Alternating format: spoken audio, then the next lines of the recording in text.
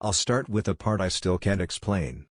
When I zoomed into the photo, the presidential seal on the podium wasn't just wrong. It looked like something was staring back at me from inside it. I don't mean a reflection. I don't mean a trick of the light. I mean eyes. Small. Dark. Watching. And that photo was taken in 1981, during what should have been a normal press event for the new administration.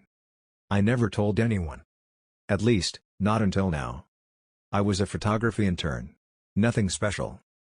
Back then I was 19, working in D.C., doing film development for a small local paper that sometimes got invited to cover White House events. Nobody important. Nobody with access. My whole job was pick up rolls of film. Go into the darkroom. Develop them. Print whatever the editor circled. That was it. Morning to night, chemicals and silence.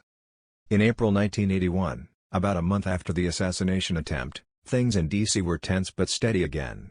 Everyone was trying to act normal. That's when the assignment came in. "We need clean photos of the president's economic announcement," the editor said. "Nothing dramatic. Just the podium, the seal, and the man himself. Real clean." I didn't think anything of it. I should have. He dropped the film on my desk. His hand shook. I asked what was wrong, and he just said, "The seal. It looked off today. Like someone replaced it." I laughed. He didn't.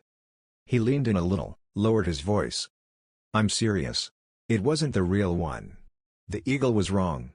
Like it was looking at me." I thought he was being dramatic. Long workday, bad light, whatever. But when I went into the dark room and started developing the photos, my stomach dropped. The real presidential seal has a certain shape, a certain stance, a certain order of stars and arrows. I had seen it 1,000 times. But in these photos, the eagle was facing the opposite direction.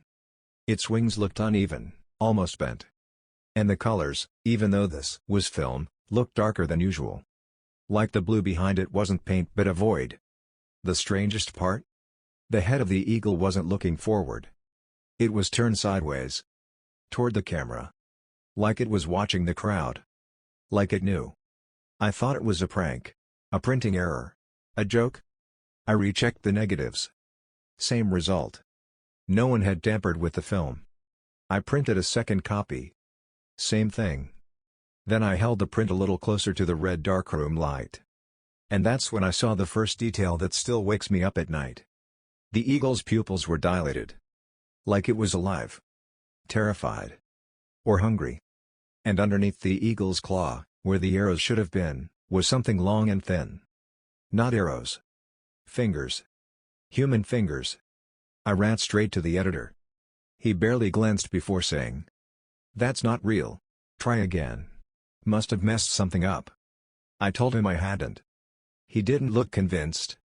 He told me to leave the prints on his desk and go home. So I did. But the problem wasn't over. Not even close. The next morning, the editor didn't show up. People said he called in sick, but nobody actually heard his voice. The managing editor made an awkward joke about food poisoning and moved on. The photos were gone from his desk. The negatives too. The only copy I still had was the one in my jacket pocket, the one I had folded in half by accident. I pulled it out during lunch. And froze. Because the seal had changed again. It wasn't looking at the camera anymore. It was looking at me. Directly at me. Even though I was seeing it hours later, in a different room, under different light. The eagle's neck had turned farther. Its beak looked slightly open now. Like it was whispering something I couldn't hear. And right behind the seal, inside the dark blue circle, I saw what I thought were shapes. People. Faces. Pressed against the inside of the symbol like they were trapped inside it. I shoved the photo back into my jacket and decided to go to the White House. I know how stupid that sounds, but I was 19, scared, and convinced something seriously wrong had happened. Maybe the photographer was right.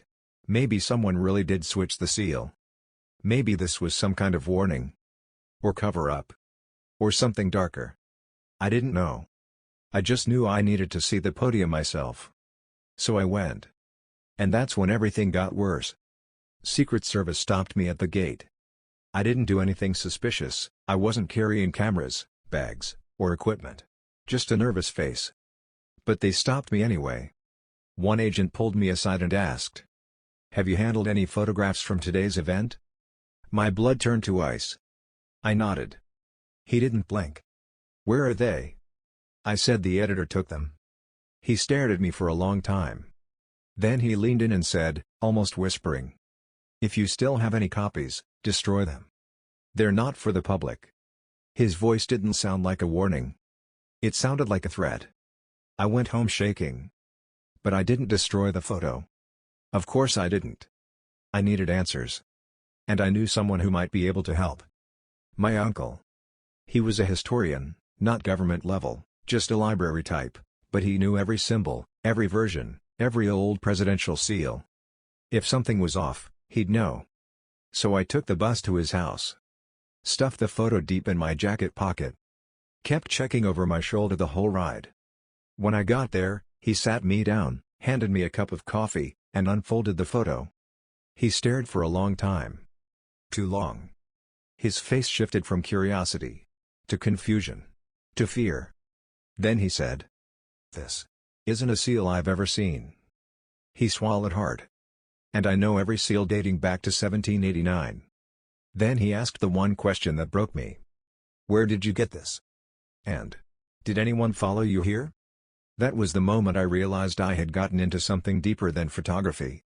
Something that didn't want to be something that might not even be human. Something that used the seal, the symbol of power, like a mask. Something that could change. Something that watched. My uncle slid the photo back across the table, but I noticed something new in his eyes. He wasn't scared of the government. He wasn't scared of trouble.